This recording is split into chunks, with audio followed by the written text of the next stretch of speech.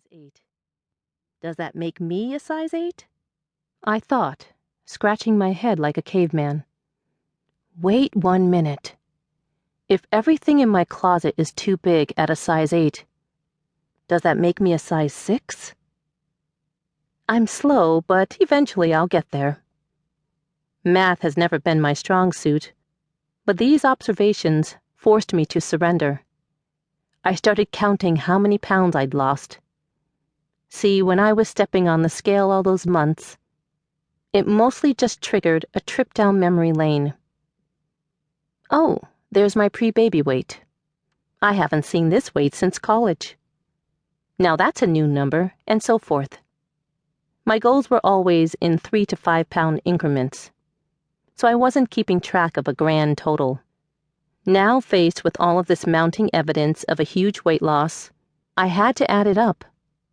I knew the general ballpark, more or less, but the final tally still shocked me. 90 pounds. I'd lost 90 pounds. At first I thought I'd done the math wrong, which for me is more than likely. But after several checks and rechecks, the number always came up the same. It felt unreal. So while it's true that my journey didn't happen overnight, in a lot of ways, the realization did. That's my story. Now let's get to you. Because something tells me that if you're listening to this book, you want to be accidentally thin too. When I first lost the weight, several times a week, I'd get asked the same question. What are you doing? I'd get emails from viewers and old friends alike. Coworkers would stop me in the halls. At first, I really had to think hard about how to answer that question, because, like I mentioned, it all just kind of happened. But when I stopped to focus on what I'd done and how I'd done it, I realized that there was, in fact, a method to the madness. A formula, if you will, that led me to the life that had eluded me for so long. One bit of sober wisdom before we embark on this journey. While you may become aware of your progress overnight, like I did, this is most certainly not a quick fix. If that's what you're looking for, you may want to go and drink cabbage soup for a week. This is about a slow, gradual lifestyle change. It's not a sprint, it's a marathon. The good news is, if you're truly changing your lifestyle, you only have to do it once. It's been said that the journey of 1,000 miles begins with a single step. It's time to put that first foot forward. Chapter 1.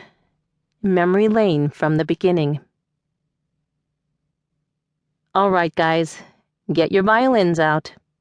My history with weight issues isn't exactly cheery. I'll start by saying this, though. I never feel sad or angry when I think of any of what I'm about to share. I fully subscribe to the belief that everything I'm not makes me everything I am. It's all part of what makes me, me. Like so many kids who grew up in the 1980s, I spent Saturday mornings binge-watching cartoons. At the risk of sounding like an old grump, we didn't have it as easy as kids today. There were no cartoons on demand through YouTube or 24-hour cable channels like the Cartoon Network. None of that. You pretty much had one window for all of your prime kid shows, and it was Saturday morning. My siblings and I would wake up well before my parents, rush to the family room, and camp out under the TV for hours. It was about as good as it gets. Unfortunately for me, those mornings were always bittersweet. Most weeks, at some point during our cartoonathon, I would get called away. As soon as I heard my name being shouted from a neighboring room, my stomach would clench into knots. I wished I could run away and hide. I thought maybe if I ignored the call, it would go away. But that never worked. It was time for my weekly weigh-in. As part of a family member's loving but misguided attempt to help me shed baby fat, each week I was summoned to stand on the scale. Let's call this family member